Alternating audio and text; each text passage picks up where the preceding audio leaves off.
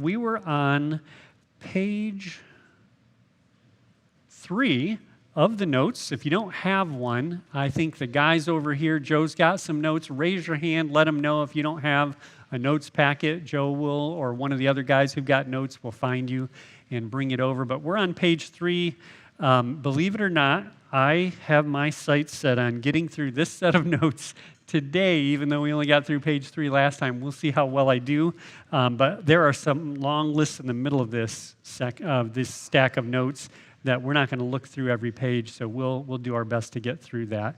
But just to bring you up to speed to where we were, this lesson I'm calling back to the beginning, parentheses, not that beginning, because last week I talked a little bit about why are we dealing with a series that has to do with science at a church. And really, you've got two pastors talking to you about it.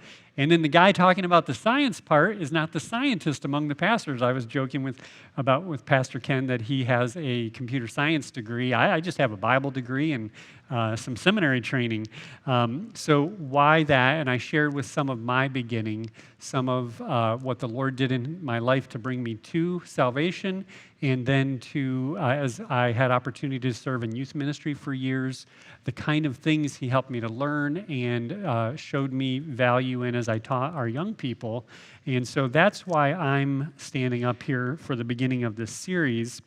And then I talked about as well, or I started to get into some common objections that I experienced as I spoke with unbelievers in those early years, trying to prepare for answering my students' questions in youth ministry.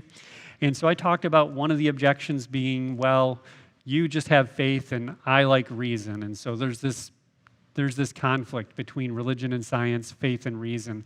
I talked a little bit about that. I pointed to an article that I had written that I placed at the end of these notes. You could read that on your own if you want to. We're not going to go over it in the class. But then I also talked about the idea on page 3 that folks would tell me that the Bible is a science stopper. I said one of the fruits from the depiction of faith being at odds with reason is that the Bible gets characterized as a science stopper. And so the allegation is that when it comes to science, Christians are just content to say, well, God did it, and insert what they call a God of the gaps, instead of pursuing the answer to a question that might not be in harmony with Scripture, or that they don't want to, a question to which they don't want to accept the rational or the scientific answer. And I showed you some quotes from well-known anti-theists who really do, as a part of their public presentation on a regular basis, present the idea that science and religion are at odds. And so we looked at some of those, and I shared a quote with you from Justin Brierley, who authored a book recently called The Surprising Rebirth of Belief in God.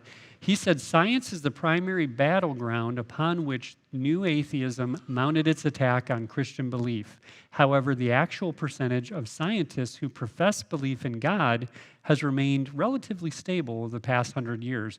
And I shared the Pew Research study that showed that as of, it was 2009, about 51% of the United States scientists surveyed believe in some form of deity or higher power. They're theists, over half. And then the interesting part is that if you look at the similar study conducted in 1940 and then again in 1990, that the results have pretty much been stable. And I highlighted that though there's been this stable representation in the scientific community of people who believe in God, publicly, if you were to just walk up on the street and ask somebody, they may very likely say to you, yeah, a lot of scientists don't really believe in God. Because the perception is that you can't be a scientist and believe in God. So that's where we left off. If you turn to page 4,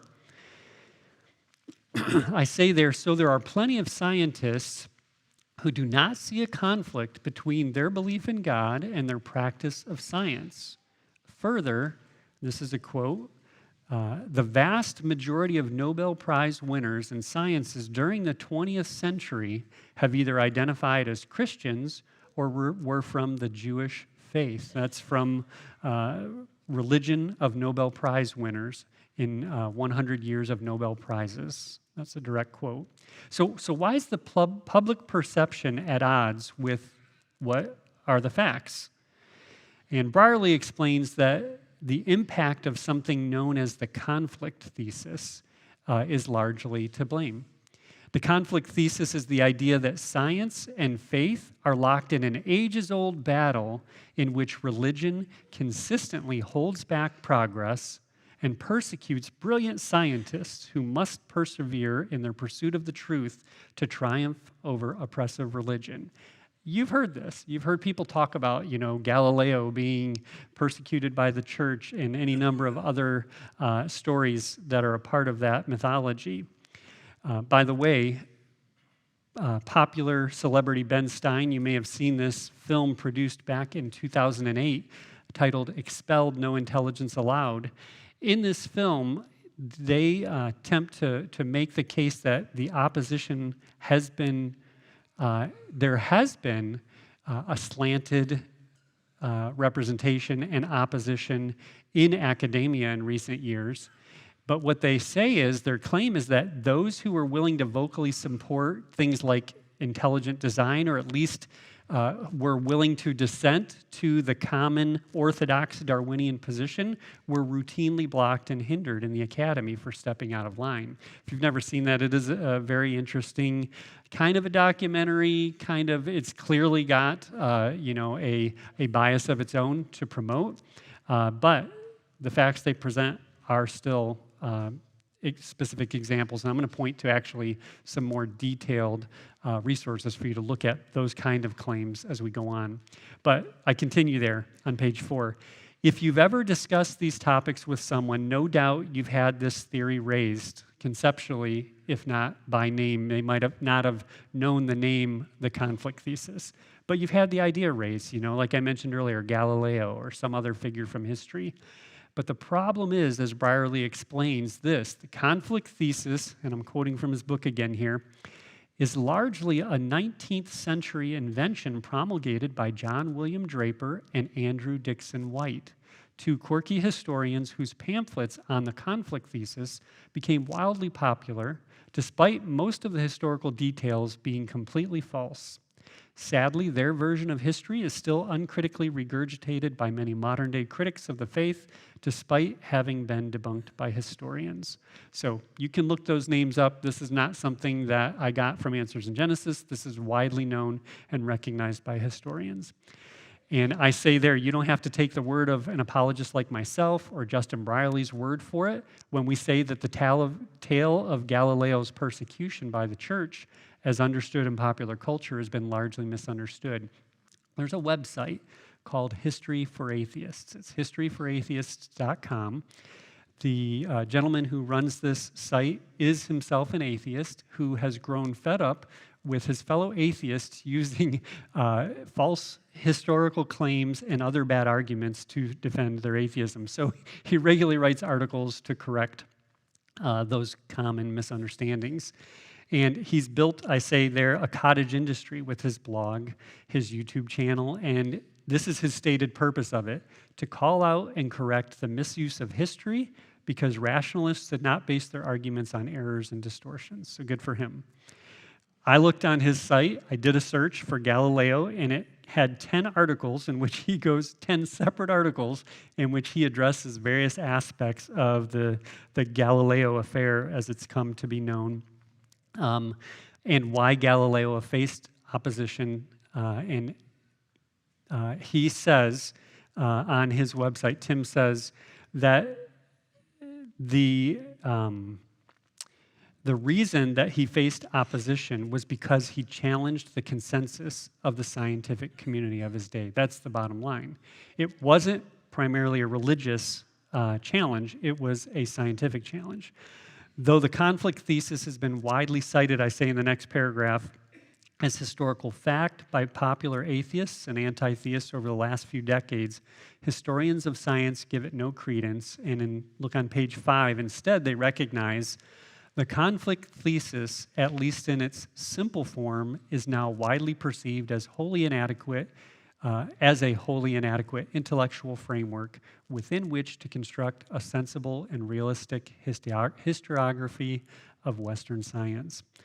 Another historian of science has said in the late Victorian period, it was common to write about the warfare between science and religion and to presume that the two bodies of culture must always have been in conflict. However, it is a very long time since these attitudes have been held by historians of science.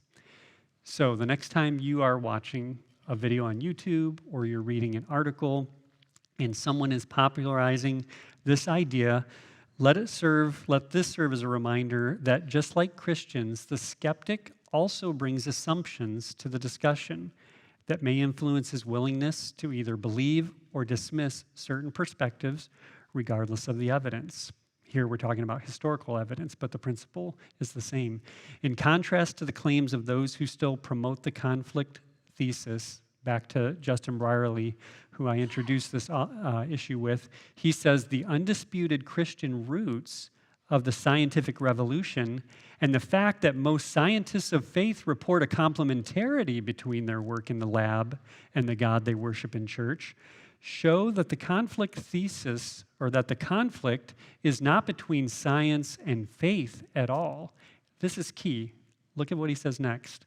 But rather two worldviews, naturalism and theism. That's really where there is a conflict between two worldviews. He goes on to say adherents of both can practice perfectly good science. The question is, which of those two worldviews makes the most sense of what science tells us about the world we live in?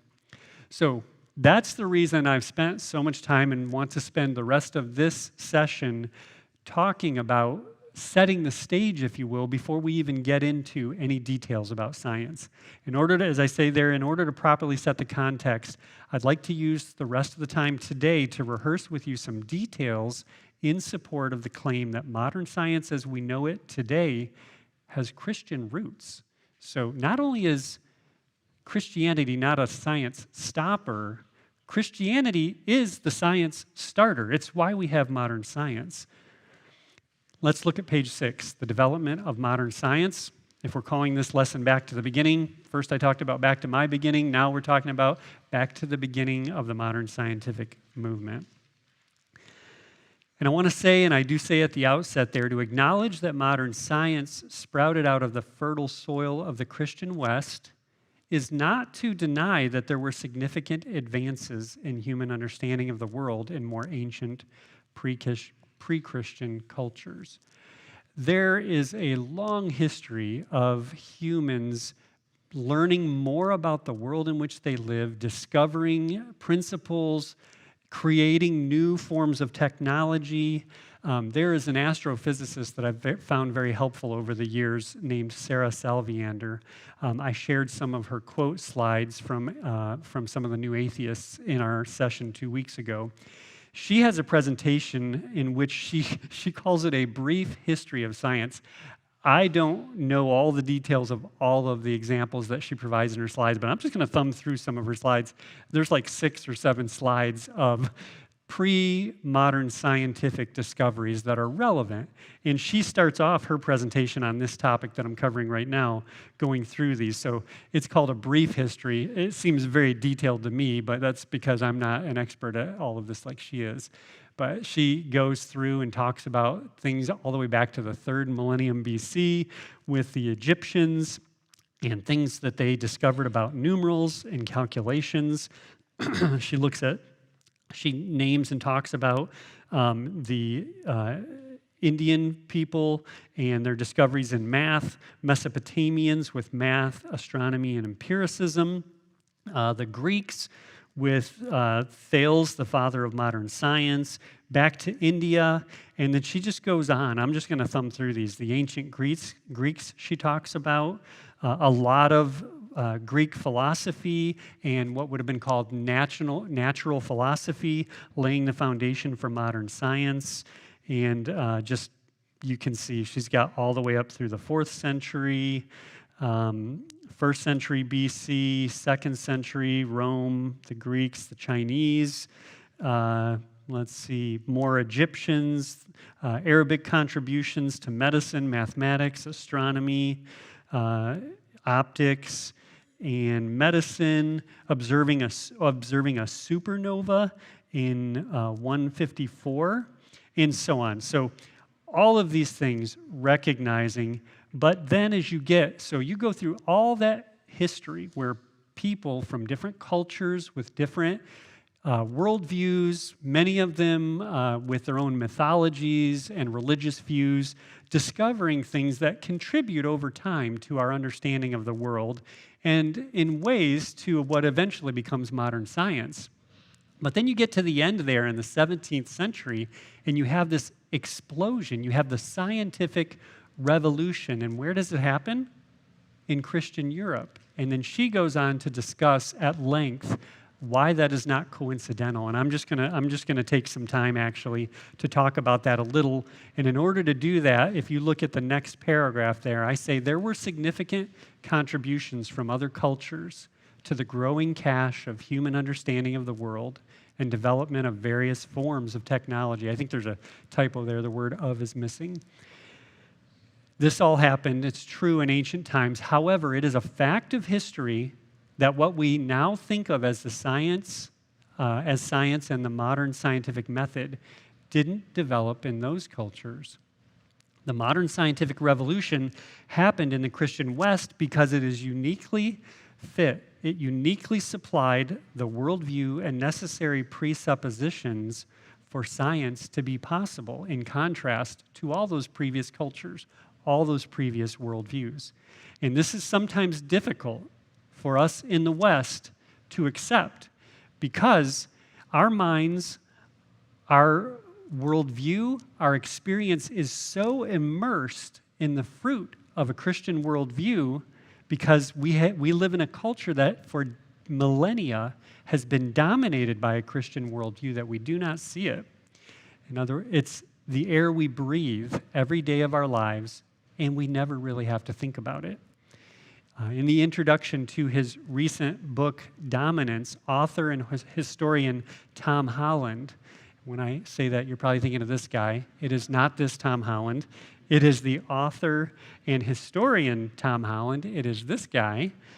He writes about how he was taken to church as a boy, but found himself more fascinated as he learned about the Bible, as he heard his Sunday school lessons, and the people of Israel and all that God was doing. He was more interested in the Egyptians and the Assyrians and the Romans. He said their rock star-like glamour appealed to him. And he goes on to say, look at the quote there, "By the time I came to read Edward Gibbon and his great history of the decline and fall of the Roman Empire, I was more ready to accept his interpretation of the triumph of Christianity, that it ushered in an age of superstition and credulity." In other words, just content to make assertions with no evidence. But Holland goes on to talk about how as he immersed himself in and wrote about ancient civilizations over the years, that attitude that he had, that willingness to just accept that paradigm, that model of how it all went down, began to change. Look what he says there. And by the way, Tom Holland's not a Christian in the sense that he doesn't subscribe to Christian doctrines. He's not a follower of Jesus, but he'll specify more clearly what he means. He says, "The more years I spent immersed in the study of classical antiquity, so the more alien I increasingly found it. The values of Leonidas, whose people had practiced a peculiarly murderous form of eugenics and trained their young to kill the uppity Untermenschen by night," in other words, people who were less than, who didn't deserve to be here, these were nothing I recognized as my own, nor were those of Caesar. He's talking about the values of the people he was reading about in ancient history. Nor were those of Caesar, who was reported to have killed 1 million Gauls and enslaved 1 million more. It was not just the extremes of callousness that unsettled me, but the complete lack of any sense that the poor or the weak might have the slightest intrinsic value. Why did I find this disturbing? Because in my morals and ethics, I was not Spartan or Roman at all. that my belief in God had faded, page 7, that my belief in God had faded over the course of my teenage years did not mean that I had ceased to be Christian. And when he says Christian here, he's talking about his culture, kind of his worldview, even though he wasn't personally a follower of Jesus. He says, for a millennium and more, the civilization into which I was born was Christendom. Assumptions that I had grown up with about how society should be properly organized and the principles that should uphold it were not bred of classical antiquity, still less of human nature. And I'm going to pause right there. I cannot count how many times over the years as I talked with people discussing worldviews and we disagreed, that I would ask for justification for things like universal human rights. Where do you get the idea that there is such a thing as universal human rights? Every human should be afforded dignity and so on. Or other discussions related to morality. I just can't count how many times the person I was talking with would just be astonished that I would ask where that comes from, because in their mind, those are human. Those just are, it's human nature. We just know those things. It is just something that we can all take for granted because we're human. Well, Tom Holland here is recognizing that no. We may think that right now, living in 21st century America, but if you were to go back to the time of Rome or before then, that is not what people thought normal human sensibilities entailed. He goes on. Much less of human nature, but very distinctively of that civilization's Christian past. He says those social norms, those mores, those sensibilities of right and wrong are not human, they're Christian. So profound has been the impact of Christianity on the development of Western civilization that it has come to be hidden from view. This is genius the way he says this. It is the incomplete revolutions that are remembered. The fate of those which triumph is to be taken for granted. We don't even think about the Christian influence on the West for the last 2,000 years because it is so ubiquitous that we can't see it. It is everywhere. And to reiterate, page 7, Tom Holland is not a Christian. He's not a Christian believer. He's not an apologist. He is a secular historian recognizing how the spread of Christianity over the past 2,000 years has permeated every aspect of Western thought and life. I'm going to quote another non-believing historian. Atheist and historian, biblical scholar Bart Ehrman describes the impact of Christianity on the world that we take for granted as the triumph of the Christianity proved to be the single greatest cultural transformation our world has ever seen. Without it, the entire history of late antiquity would not have happened as it did. We would never have had the Middle Ages, the Reformation, the Renaissance, or modernity as we know it. Stop for a moment and point out. He says the Middle Ages, by the way.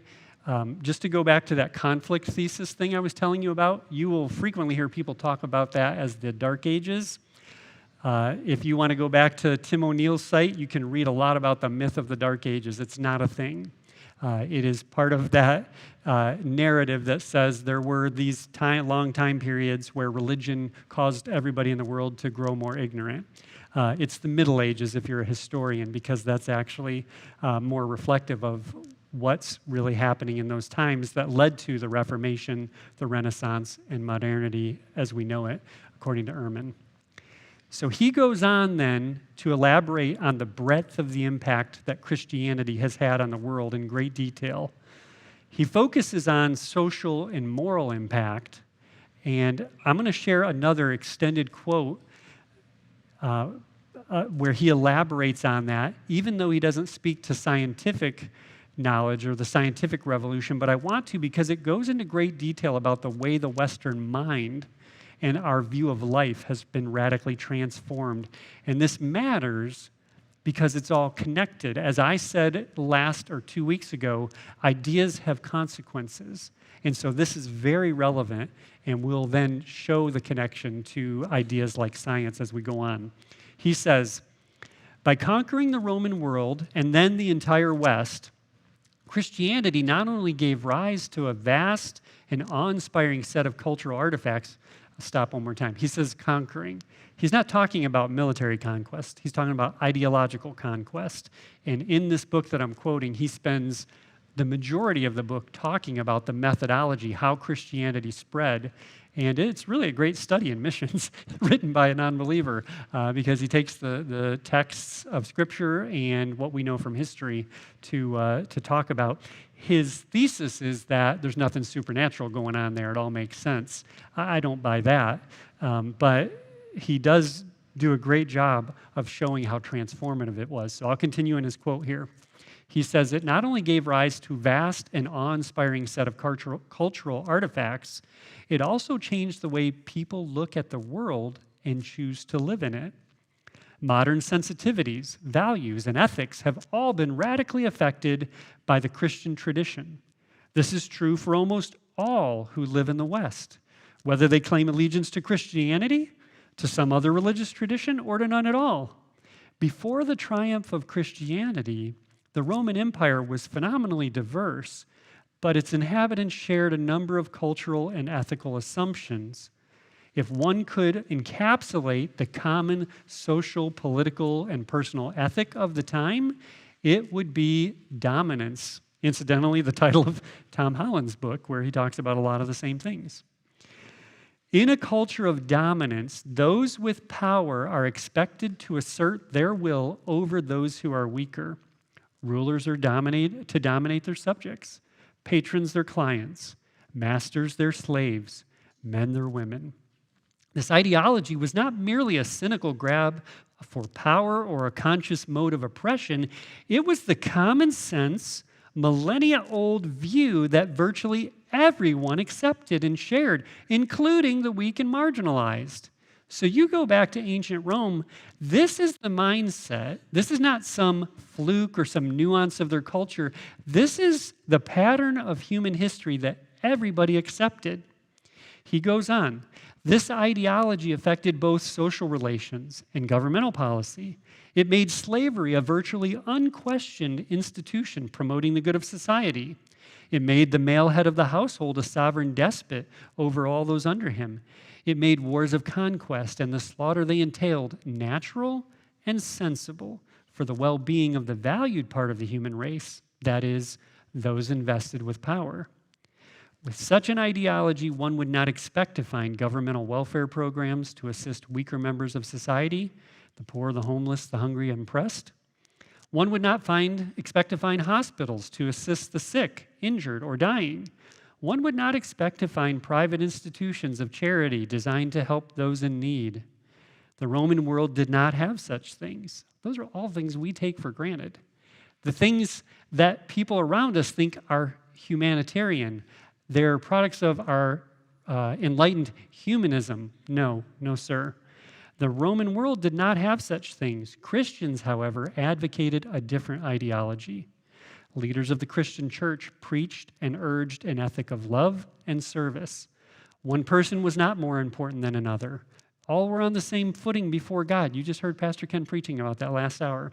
The master was no more significant than the slave, the patron than the client, the husband than the wife, the powerful than the weak, or the robust than the diseased.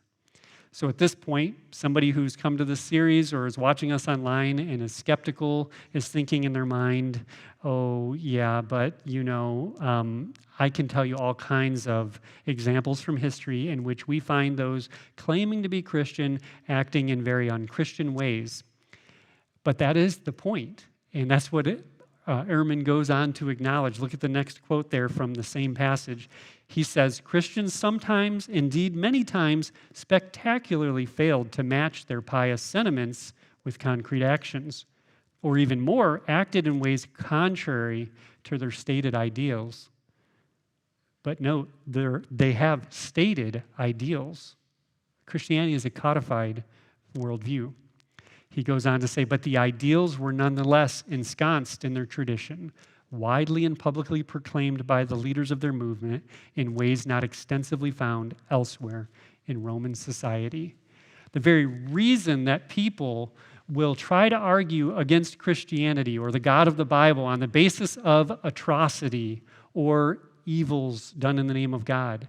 The very reason that they find those arguments compelling is because they have been immersed in 2,000 years of Christian transformed culture. Given the radical nature, that last paragraph after the quote there, I say, given the radical nature of cultural transformation that occurred in the West as a direct result of the spread of Christianity, it's not strange to suggest that Christianity, at least indirectly, had some role in setting the stage for the scientific revolution that later occurred in the West. But as I hope to show today, wow, that clock is moving fast. As I would like to show you today, and we'll see, it's not merely an indirect influence. So let's talk about Christianity as science starter. The modern scientific method founded on repeatability, falsifiability, and testability assumes a uniform universe. This belief in a uniform universe stems from the notion of a creator God who established specific laws for the universe. And modern science, rooted in Western culture's belief in a creator God, flourished through rigorous experimentation and cause and effect correlation. Early advancements in what was called natural philosophy, I mentioned earlier, laid the foundation for scientific thinking. Clearly, somebody doesn't need to be a Christian to do good science. It's commonplace today for those who are Christian as well as those who are not Christian to be able to be a successful scientist, to conduct research and experimentation that yields repeatable, falsifiable, testable results.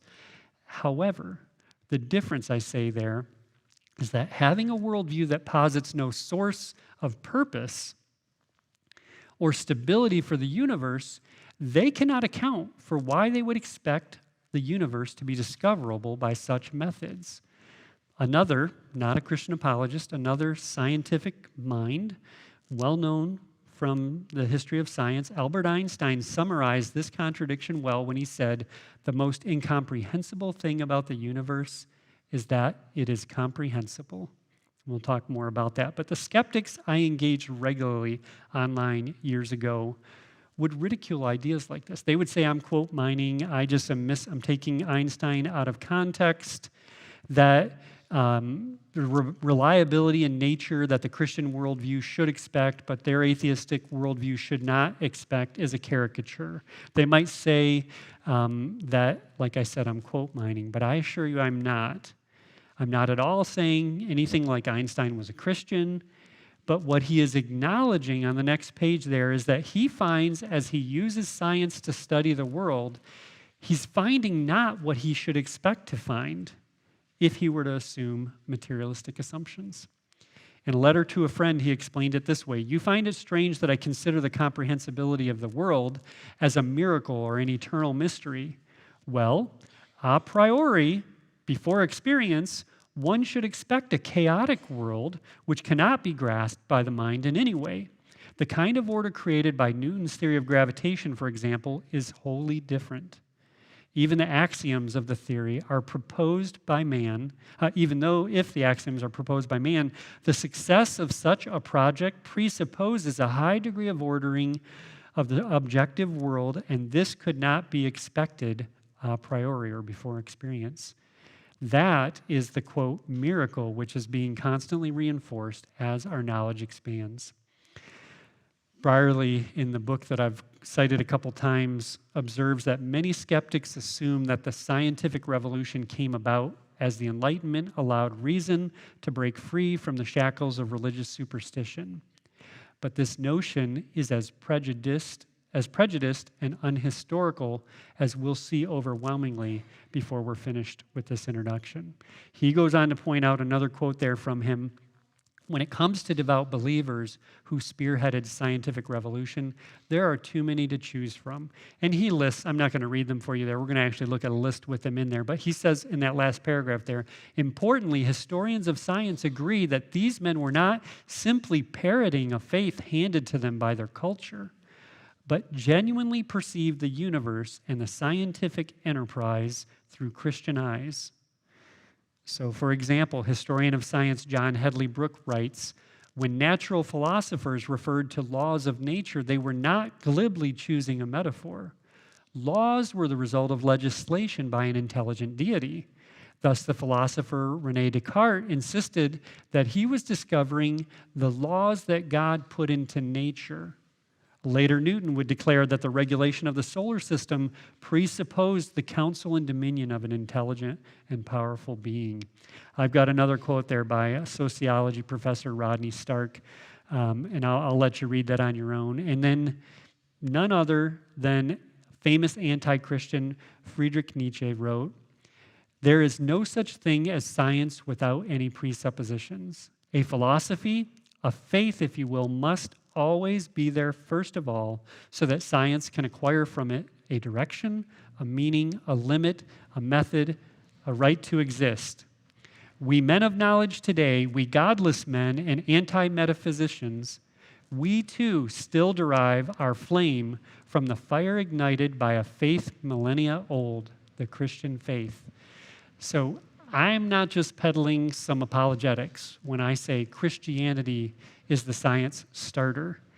You've heard from a variety of perspectives that the modern scientific method was seeded and is rooted in distinctly Christian belief. And that's not just a narrative that's propagated by apologists for Christianity. It's actually an inconvenient fact of history that many skeptical of Christianity would rather we all forget. So I've got a list on the next page. Let's look at page 12. And this list is taken from the folks at Answers in Genesis. You can see the URL in the footnotes if you'd like to explore it more.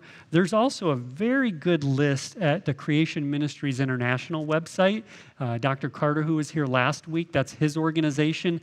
It's obvious to me as I look at the list, they've had to have at least shared some information. They're not identical lists. I think the Creation Ministries International list is actually more exhaustive, but they're both very helpful lists.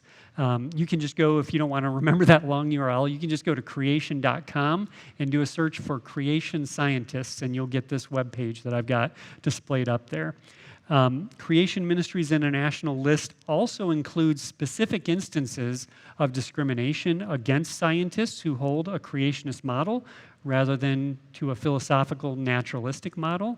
And they go through several case studies of scientists who are activists against creationism, and they look at their perspective and address their arguments directly. So for the list in your notes, the list editors from Answers in Genesis explain that the list of scientists of the past listed here believed in a literal Genesis, unless indicated with an asterisk. The ones who did not are nevertheless included, so you'll have some that have asterisks by their name. They're still in this list because of their general belief in the Creator God of the Bible and their opposition to evolution. So we've got a list here in order of birth year by the scientist and by the era of scientific history. And I'm just going to jump through some of these, and I'll point you to them. I've tried to make in bold the ones that I'm going to do call-outs on so you can find them easily. But first of all, at the top of the list there, Francis Bacon, inventor of the scientific method, pretty much. Bacon was a philosopher, a scientist, a statesman who helped establish the scientific method. He was a devout believer in the Bible. As you can see there in the quote, he wrote, "There are two books laid before us to study, to prevent our falling into error. First, the volume of the Scriptures, which reveal the will of God, then the volume of the creatures, which express his power." His statement there is echoing the words of Romans 1:20. Romans 1:20 says, "For since the creation of the world, God's invisible qualities, his eternal power, and his divine nature have been clearly seen, being understood from what has been made, so that people are without excuse." Bacon is considered the father of the modern scientific method.